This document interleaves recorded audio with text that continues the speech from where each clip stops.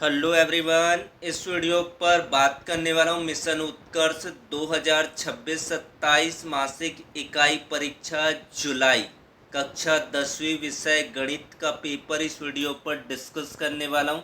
तो student video को like share और यूट्यूब चैनल को सब्सक्राइब कर ले। Let's start the video. प्रश्न क्रमांक पहला सही विकल्प चुनकर लिखे, जिसका पहला प्रश्न है वर्ग समीकरण x की power 2 minus 8x plus 7 equal to 0 के मूलों का योगफल। मूलों का योगफल का फॉर्मूला क्या होता है? Alpha plus beta equal to minus b upon a. इस वर्ग समीकरण में a की वैल्यू है 1, b की वैल्यू है -8 और c की वैल्यू है 7।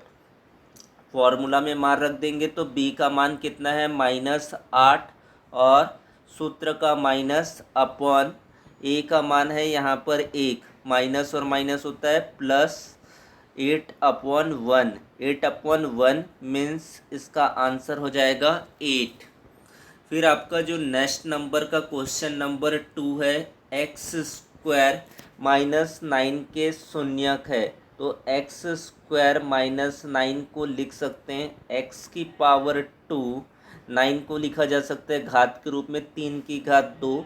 यहाँ पर फिर फॉर्मूला यहाँ पर अप्लाई करेंगे तो शून्यक निकाल रहे हैं और इक्वल टू 0, और यहाँ पर फॉर्मूला अप्लाई करेंगे तो हो जाएगा x+3 x-3 इक्वल टू 0। यहाँ पर x की दो वैल्यू प्राप्त होंगे, एक ऋण 3 और एक होगा धन 3 प्राप्त होगा। फिर आपका अगला प्रश्न है यहाँ पर निम्न में से कौन सा एक द्विघात समीकरण नहीं है? तो इसमें आप देख रहे हैं कि x की घात 2 है, यहाँ पर भी देख रहे हैं इसका x की घात 2 है। यहाँ पर आप देखेंगे कि इसमें भी आपकी x की घात 2 है, इसमें आपका एक घात है 2x + 5 इक्वल टू 0, यानी कि x की अधिकतम घात यहाँ पर 1 है, तो ये द्विघात समीकरण नहीं होगा। फिर बात करते हैं आपके अगला रिक्त स्थानों की पूर्ति कीजिए, फिल इन द ब्लैंक्स। यदि किसी रैखिक समीकरण निकाय का कोई हल नहीं है तब रेखाएं क्या होगी? समानांतर होगी। तो इसका आंसर हो जाएगा समांतर, समानांतर हो जाएगी। फिर बात करते हैं आपके अगला नंबर का प्रश्न। यदि p ऑफ x की वैल्यू यहाँ पर दिया गया x की घात 2 + 3x धन 2, तो p 3 का मान निकालना। इस पर आप बहुपद में x की जगह पर 3 रख देंगे तो 3 की घात 2 + 3 गुना 3 + 2।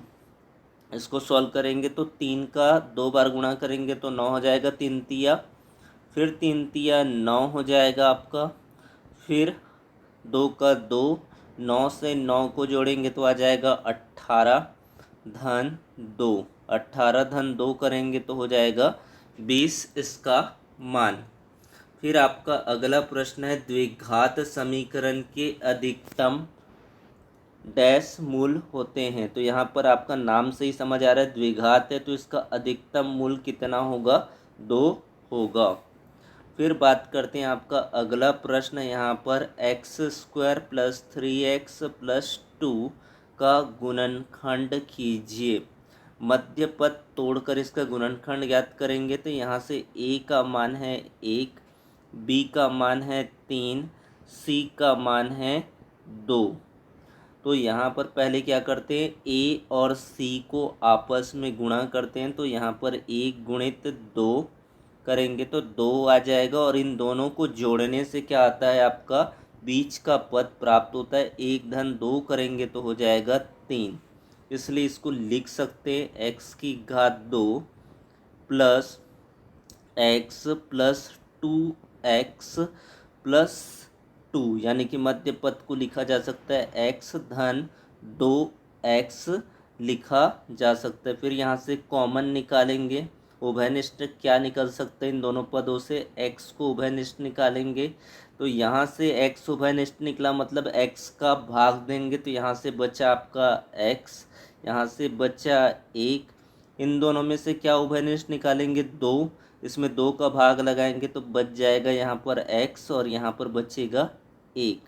ये 2 बार आया उसको 1 बार लिखेंगे x धन 1 और जो बच गया है उनको साथ में लिखेंगे तो x धन 2, ये राइट आंसर होगा।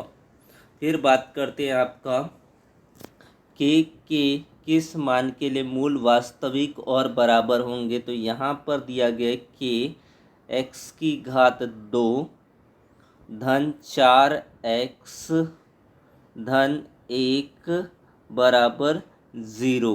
तो यहाँ से a का मान है k, b का मान है यहाँ पर 4, c का मान है 1, मूल वास्तविक और बराबर अर्थात d का मान इक्वल टू 0, b की पावर 2 माइनस 4ac बराबर 0।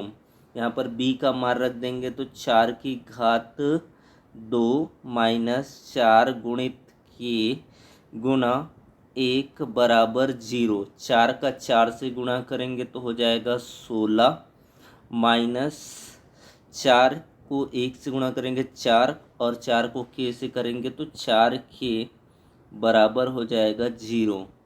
अब यहाँ से पक्षांतर कर देंगे तो 16 बराबर हो जाएगा 4k, पुनः क्या करेंगे 4 को पक्षांतर करेंगे तो हो जाएगा 16/4, 4 एकम 4 चौक, तो k का मान यहाँ पर प्राप्त होगा 4।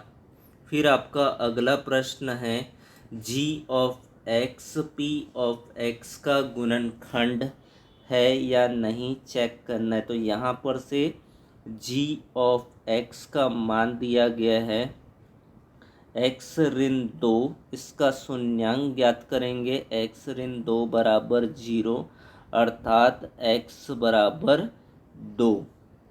अब क्या करेंगे जो p ऑफ x दिया गया है उनको लिखना है x की घात 3 माइनस 4x की घात 2 प्लस x धन 6, इसको हल कर देंगे शेषफल प्रमेय से।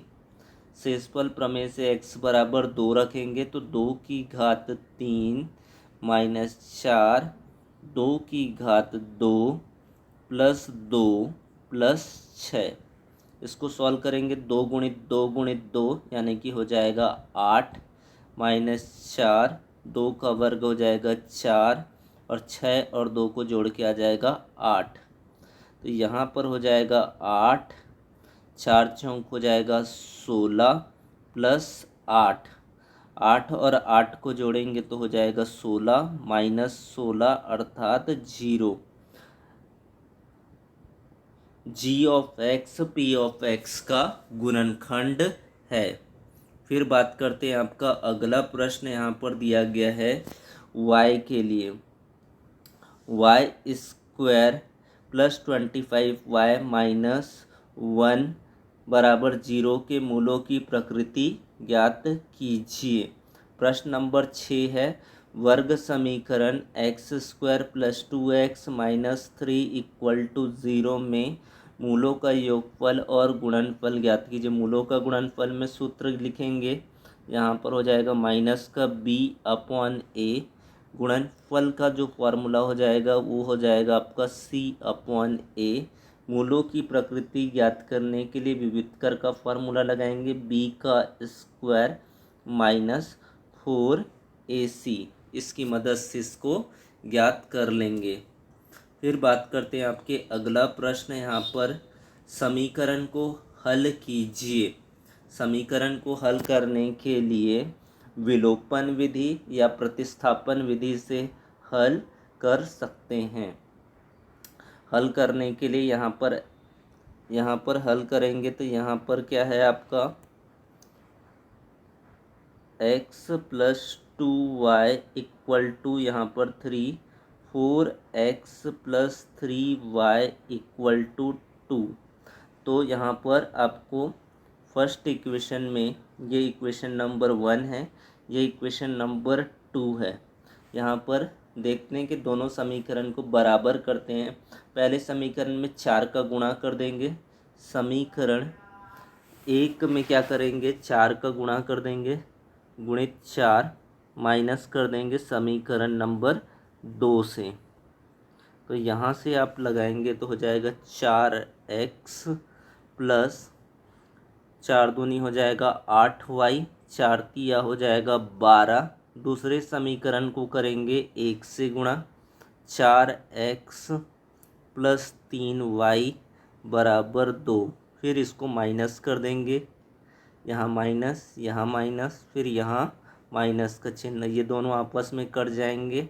8 में 3 गया तो आ जाएगा यहाँ पर 5y, 12 में 2 गया तो आ जाएगा 10।